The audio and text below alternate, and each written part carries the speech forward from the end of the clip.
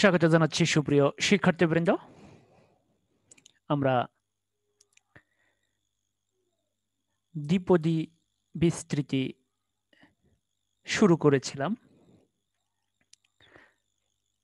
দুটি পার্ট ইতিমধ্যে আমাদের শেষ হয়ে গেছে।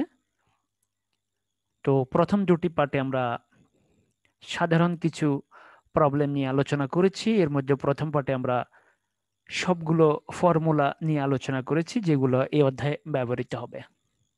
গত পার্টে আমরা কিছু বিস্তৃতি দেখেছিলাম। তো চলো আজকে আমরা প্রথমেই যেটা দেখব, দেখো এতএর বিস্তৃতিতে সপ্তম পদটি নির্ণয় করো। দেখো গত পাঠে আমরা স্রেফ বিস্তৃতি নির্ণয় করেছি, যে এইরকম একটা রাশি দেওয়া ছিল। দেখো এটা কিন্তু একটা দ্বিপদী রাশি, এরকম একটা রাশি দেওয়া ছিল, সেই রাশিটাকে আমরা বিস্তৃত করছি। কিন্তু আজকে আমরা স্পেসিফিক এতএর বিস্তৃতি থেকে শুধুমাত্র কি বের করব, সপ্তম পদটি বের করব। যেমন ধরো যদি তোমাকে বলে যে এ প্লাস বি হোল স্কোয়ারের বিস্তৃতি থেকে দ্বিতীয় পদটি নির্ণয় করো, তাহলে দ্বিতীয় পদ কত? 2ab। তো তুমি তো এখানে সরাসরি a square plus 2ab plus b square সূত্র লিখলে চলে আসতেছে, কারণ এখানে পাওয়ার হচ্ছে শুধুমাত্র 2।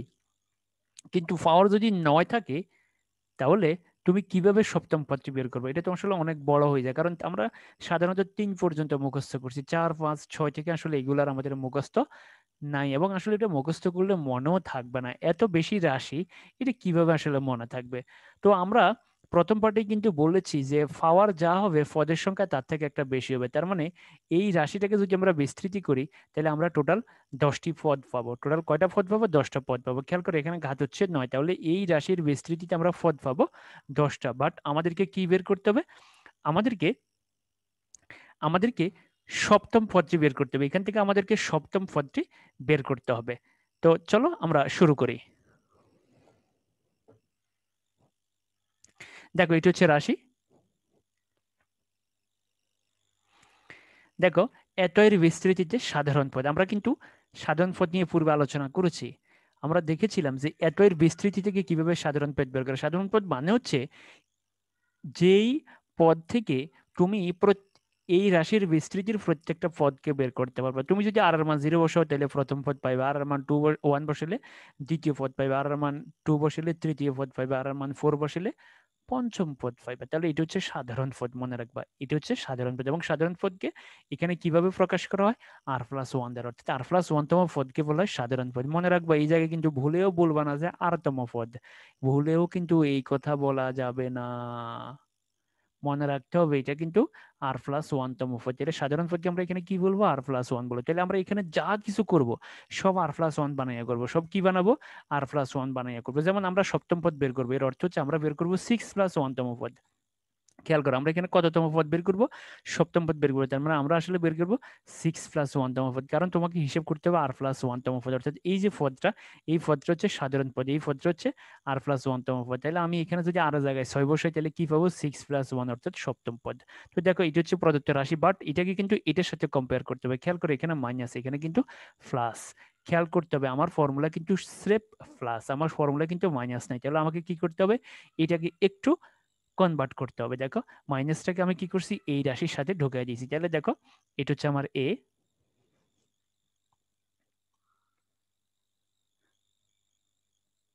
তারপরে দেখো প্লাস, এরপরে যে ওটা হচ্ছে এক্স। দেখো এই এক্স হচ্ছে এই পুরোটা, এই মাইনাস মাইনাস 5/2x, এটাই হচ্ছে আমার এক্স।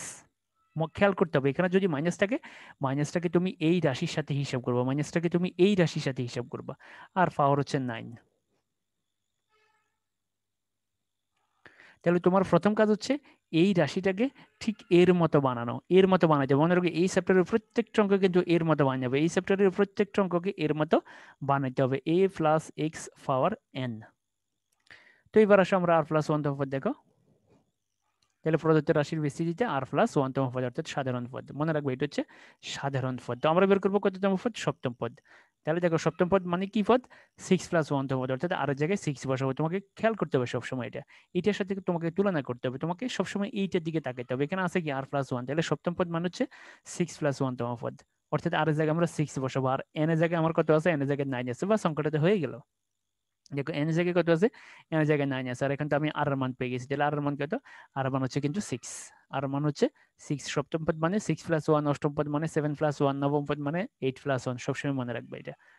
তাহলে এখন তুমি বসাও, দেখো NCR, দেখো 9C6, n এর মান হচ্ছে 9, r এর মান হচ্ছে 6।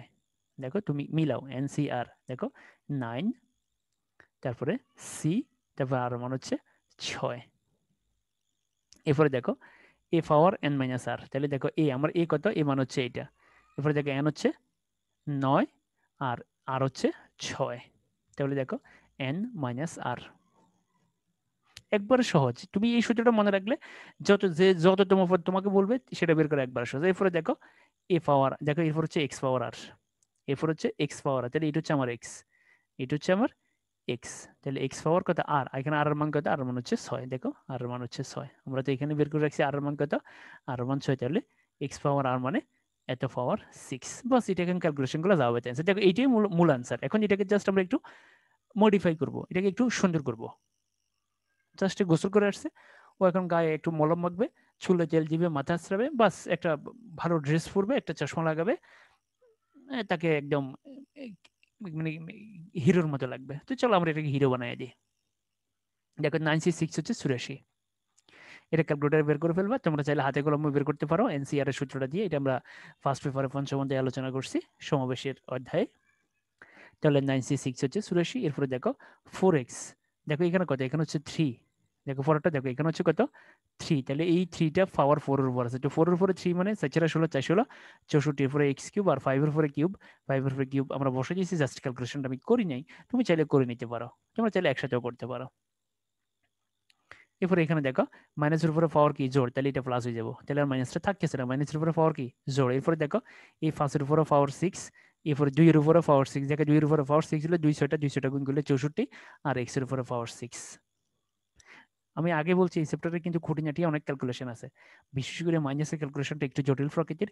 মাইনাস নিয়ে কিন্তু ভুল করা যাবে না, মাইনাসের উপরে পাওয়ার যদি জোড় হয় তাহলে প্লাস হবে, আর মাইনাসের উপর পাওয়ার যদি বিজোড় হয় তাহলে মাইনাস হবে, তখন আমরা মাইনাসটা সামনে বসাই দেবো।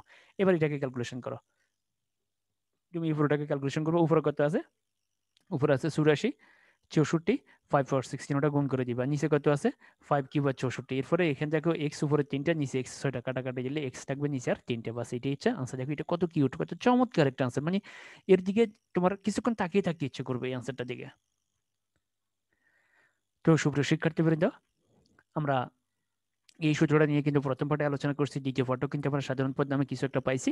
এখন দেখো সাধারণ পদের প্রয়োগে ঘটা দিয়েছি আমরা আজকে সাধারণ পদের প্রয়োগে দেখে ফেললাম। তাহলে তোমাকে বলছে সপ্তম পদ বের করার জন্য, সপ্তম পদ মান হচ্ছে এটাকে এইটার সাথে মিলাইতে হবে। তো সপ্তম পদ মান হচ্ছে 6+1, কারণ সব 7কে তো 8+1 লেখা যায় না, মনে রাখতে হবে। আবার 8 -1ও লেখা যায় না, -1 লেখা যাবে না, কি কারণে, মানে কারণ আমার এখানে হচ্ছে প্লাস, এই কারণে এখানে -1 লিখতে পারবে না।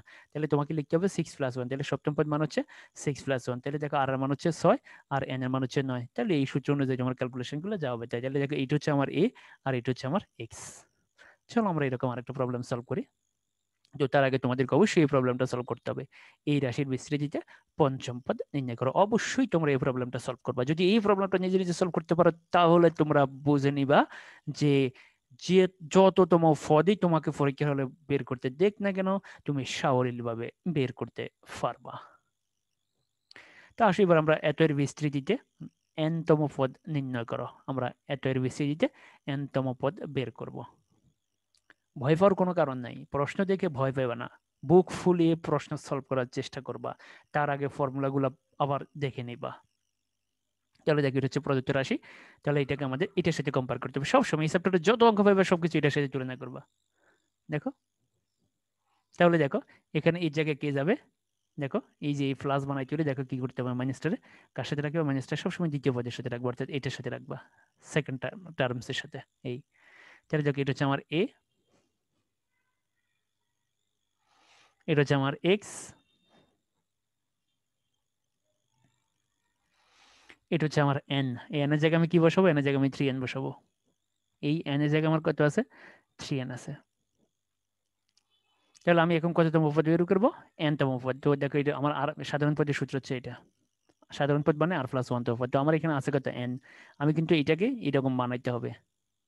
নাহলে কিন্তু হবে না। দেখো n তম পদ বা n-1 প্লাস 1, দেখো যেহেতু আমার এখানে প্লাস, এই কারণে দেখো মাইনাসটাকে এর সাথে রাখছি। তাহলে দেখো এই যে -1 আর +1 কাটা গেলে nই থাকবে। দেখো কত সুন্দর হয়ে গেছে, এখন থেকে এটার সাথে মিলে গেছে। দেখো এই যে n অর্থাৎ r প্লাস 1, দেখো আর জায়গায় কত, আর জায়গা হবে n-1। তাহলে দেখো এই যে r প্লাস 1তম পদ, r প্লাস 1তম পদ মানে হচ্ছে n-1 প্লাস 1তম পদ।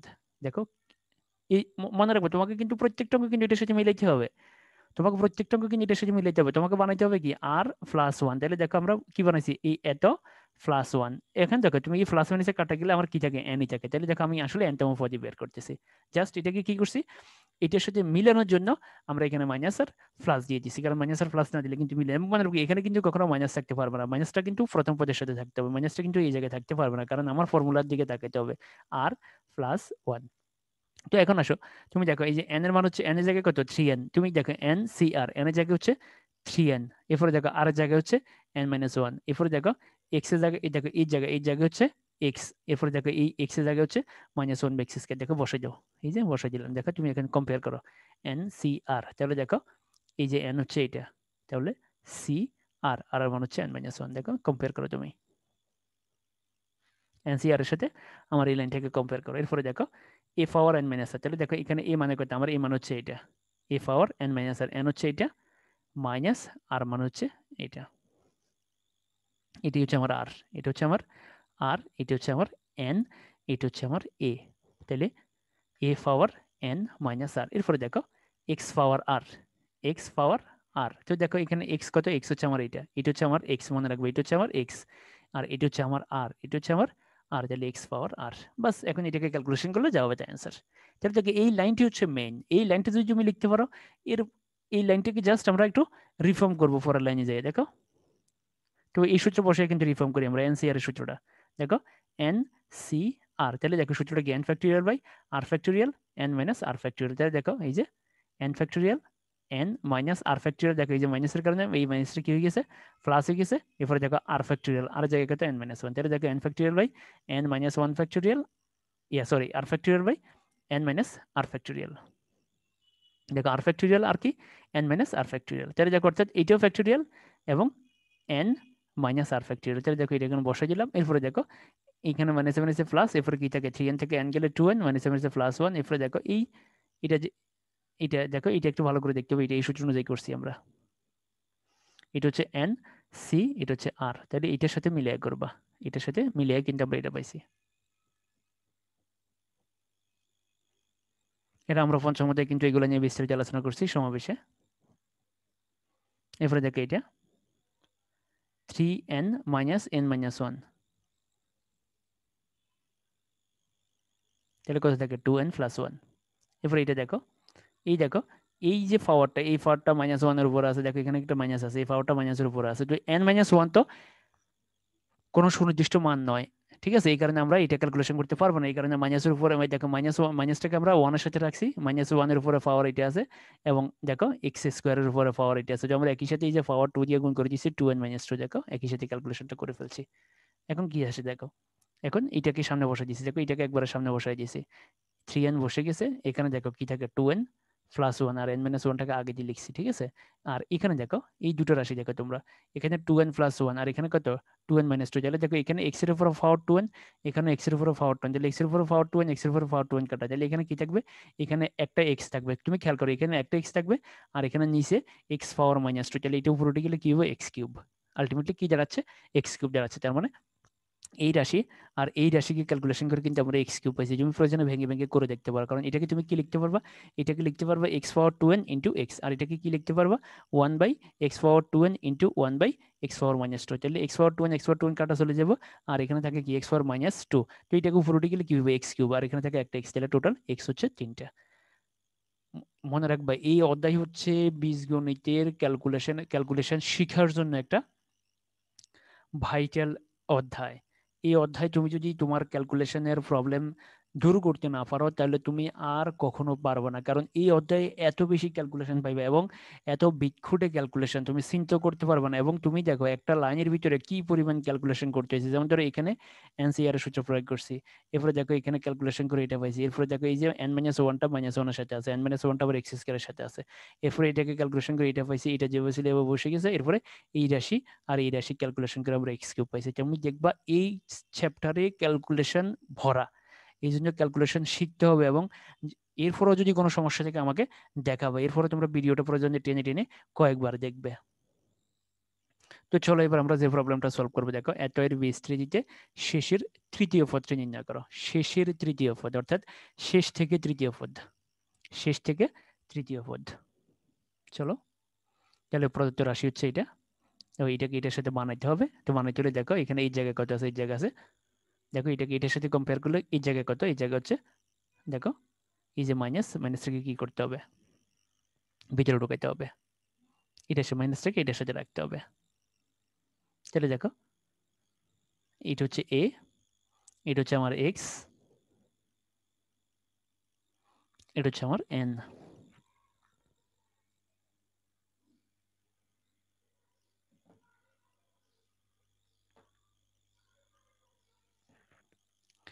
তাহলে এখন আমি কি বের করবো, শেষের তৃতীয় পদ। তো এই দেখো এটা হচ্ছে সাধারণ পদ, সাধারণ পদের সূত্র, আর সাধারণ পদকে আমরা কি বলি, আর প্লাস ওয়ানতম পদ বলি।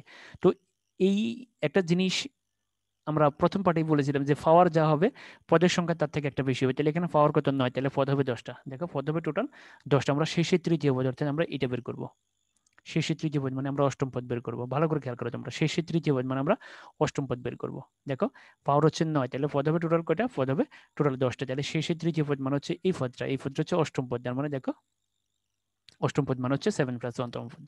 তাহলে অষ্টম পদ মানে কি, দেখো জাস্ট প্রশ্নটাকে একটু ঘুরিয়ে দিছে। আমরা তো আজকে প্রথম অঙ্ক যেটা করছি দেখো সেটার সাথে কম্পেয়ার করলে দেখো একই রকম অঙ্কই। তোমার আমরা প্রথম যে অঙ্কটা করছি সেখানে বলছিল কোন পদ বের করো, সপ্তম পদ বের করো, তাহলে আমরা 6+1তম পদ বের করছি। কিন্তু এখানে কি বলছে, শেষের তৃতীয় পদ। তো শেষের তৃতীয় পদ তাহলে আগে তোমাকে দেখতে হবে যে এখানে টোটাল পদ কয়টা হবে। এই রাশিকে যদি বিস্তৃত করি টোটাল পদ হবে কয়টা, 10টা, কারণ পাওয়ার যদি 9 হয় পদ হবে তার থেকে একটা বেশি। তাহলে দেখি শেষের তৃতীয় পদ মানে হচ্ছে এটা, যদি শেষের চতুর্থ পদ বলে তাহলে এটা, বা শেষের দ্বিতীয় পদ বললে এটা হবে। ঠিক আছে, তোমাকে মনে রাখতে হবে। তাহলে অষ্টম পদ মানে হচ্ছে 7+1তম পদ, এটার সাথে সবসময় তুলনা করতে হবে। এই যে আর মান হচ্ছে 7, জাস্ট এবার মান বসে যাও। দেখো এন এর মান হচ্ছে 9, 9, আর মান হচ্ছে 7, তারপরে দেখো এর মান হচ্ছে 4x/5, আর এক্স এর মান হচ্ছে -5/2x। দেখো এন সি আর, তার মানে 9c7, 9c7 NCR। এরপরে দেখো a পাওয়ার n মাইনাস আর, তাহলে দেখো এই কত, এ হচ্ছে 4x/5, তাহলে n-7 অর্থাৎ n-r, আর মান হচ্ছে 7। এরপরে দেখো x পাওয়ার r, এটা হচ্ছে x এর মান, x হচ্ছে -5/2x, তাহলে দেখো x পাওয়ার r, আর হচ্ছে কত, 7। এটা হচ্ছে মূল লাইন। এবার এটাকে ক্যালকুলেশন করবো, তাহলে দেখো n 9c7 হচ্ছে 36। এরপরে দেখো 9 থেকে 7 গেলে 2, তার মানে 4² x², 5²। এরপরে দেখো এই যে মাইনাসটা, এই মাইনাসটা, এই যে মাইনাসটা, দেখো এই মাইনাসটার উপর পাওয়ার 7 আছে, 5 এর উপর পাওয়ার 7 আছে, 2 এর উপর পাওয়ার 7 আছে, x এর উপর পাওয়ার 7 আছে। তাহলে দেখো যেহেতু এখানে এই যে -5 আমরা একসাথে, আর এখানে মাইনাস হবে কারণ পাওয়ার উপরে, মাইনাসের উপরে পাওয়ার যদি বিজোড়, তাহলে সেখান থেকে কি উৎপন্ন হবে, একটা মাইনাসের উৎপন্ন হবে। খেয়াল করো এই মাইনাসের উপরে পাওয়ার কি বিজোড়, তাহলে এখানে একটা মাইনাসের সৃষ্টি হবে, মাইনাস বসে দিছি।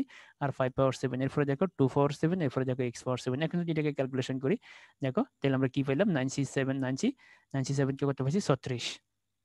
এখান থেকে কত পাইছি, 4² x²/5²। এরপরে দেখো এখান থেকে কত পেলাম, এটা পেলাম। আর এখানে এই মাইনাসের ব্যাখ্যা কি, এই মাইনাসের ব্যাখ্যা হচ্ছে মাইনাসের উপরে পাওয়ার হচ্ছে বিজোড়, এই কারণে একটা মাইনাস পাই গেছি আমরা। এবং এই মাইনাসটাকে তুমি হয় ব্র্যাকেট দিয়ে লিখতে হবে, আর না হয় একবারে সামনে এনে দিতে হবে, একদম প্রথমে এনে বসে দিবা। এখন দেখো মাইনাসটা সামনে চলে আসছে। এরপরে দেখো উপরে কত আছে, 36, 4², 5/7, আর নিচে কত আছে, 5², 2/7, আর উপর হচ্ছে x², নিচে হচ্ছে x/7, তাহলে নিচে হচ্ছে x/5। বাস ক্যালকুলেশন করে দেখো কত কিউট একটা রেজাল্ট, কত চমৎকার একটা রেজাল্ট পেয়ে গেছি আমরা। এত কিউট রেজাল্ট হয় আসলে কখনো এই চ্যাপ্টারে? তো ক্যালকুলেশনটা হচ্ছে মেইন, ক্যালকুলেশনটা ভালোভাবে জানতে হবে। তুমি হয়তো বলতে মনে মনে চিন্তা করতেছো যে ক্যালকুলেটর দিয়ে করবে, আসলে অনেক অঙ্কের ক্যালকুলেশন তুমি কিন্তু ক্যালকুলেটর দিয়ে করতে পারবে না, কারণ এখানে দেখো এক্স স্কোয়ার আছে, এখানে এক্স পাওয়ার 7 আছে। তো এখানে যেহেতু চলক ধ্রুবক সব একসাথে থাকবে, এই কারণে তুমি ক্যালকুলেটর দিয়ে সবকিছু করতে পারবে না। তুমি শুধু ক্যালকুলেটর দিয়ে শুধুমাত্র কি করতে পারবা, সংখ্যাগুলোর কাজ করতে পারবে। তাহলে তুমি ক্যালকুলেটর দিয়ে 36, 4 স্কোয়ার আর 5 পাওয়ার 7 এগুলো গুণ করবা, আর নিচে 5 স্কোয়ার আর 2 পাওয়ার 7 এর গুণ করে দেবে, গুণ করে ভাগ করে দিলে যা আসবে তা।